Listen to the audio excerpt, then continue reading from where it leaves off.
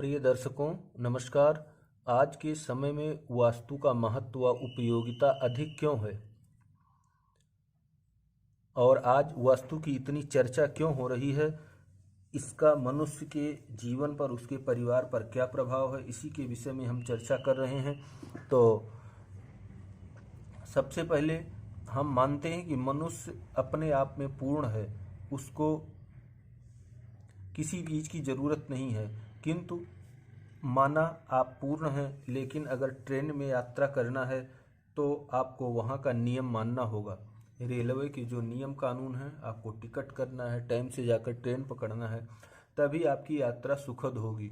तो उसी तरह संसार में जब आप मकान बनाते हैं, घर बनाते हैं, तो वहाँ पर वास्तु के नियम लागू होते हैं। चूँकि वास्तु प्राचीन काल से हमारे देश में प्रचलित है, किंतु पहले के ज़माने में, विशेषकर स्वतंत्रता से पहले, भारत में ईंट पत्थर के मकान बहुत कम बनते थे। जो राजाओं के किले, राजमहल या मंदिरों का निर्माण होता था, वहाँ वास्तुशास्त्री की मदद ली जाती थी। पहले वास्तुशास्त्री ही वह काम करते थे जो आज इंजीनियर करते हैं। किंतु आम जनमानस कच्चे या घास फूस के घरों में रहता था, तो वहाँ वास्तु की इतनी ज़रूरत नहीं पड़ती थी। उसमें भी कुछ वास्तु की पारंपरिक परंपरा सी बनी थी और कुछ छोटे स्तर के विद्वान, पंडित या कार्य करने वाले लोग उस कार्य को अच्छी तरह से किया करते थे और वह उस समय सफल भी था, क्योंकि वास्तु का नियम है कि जहाँ हवा सीधे एक तरफ से आर पार हो जाती है, वहाँ वास्तु दोष नहीं लगता है। तो आप सभी जानते हैं कि हमारे यहाँ पुराने ज़माने में बहुत बड़े आंगन रखने की परंपरा थी। घर कच्चे बनाए जाते थे, घास फूस के बनाए जाते थे, जिससे वास्तु दोष स्वतः समाप्त हो जाता था। उसके बाद घरों में दक्षिण पूर्व में किचन और उत्तर में पानी और नाली हुआ करती थी। ऐसी स्थिति में वास्तु बिल्कुल ठीक रहता था। साथ ही लैट्रिन बाथरूम का प्रचलन नहीं था, घर के अंदर इतना सामान नहीं होता था, नॉर्मल सामान होते थे। खेतों में लोग बाहर लैट्रिन करने जाते थे और बाहर कुएं पर स्नान करते थे। ऐसी स्थिति में वास्तु दोष ना के बराबर था और सभी चीज़ें प्राकृतिक होती थीं। कोई न बनावटी सामान, न बनावटी कलर, तो वास्तु बिल्कुल ठीक रहता था। किंतु आज की स्थिति में सब कुछ बदल गया।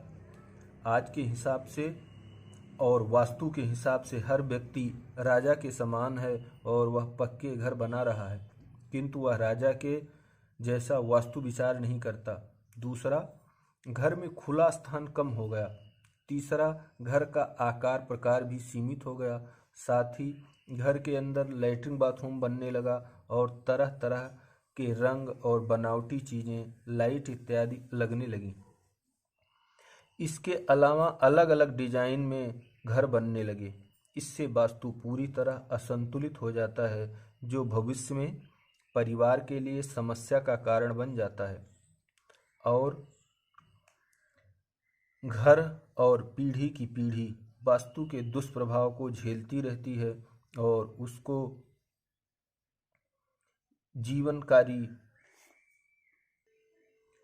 और उसकी जानकारी न होने के कारण समस्या से छुटकारा नहीं मिलता।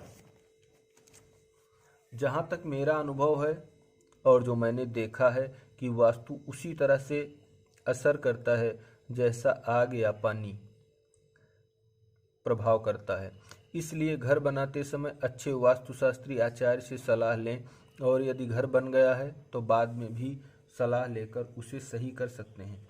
आप राजा की तरह सुखी संपन्न तभी रह सकते हैं जब राजा की तरह वास्तु का पालन करेंगे।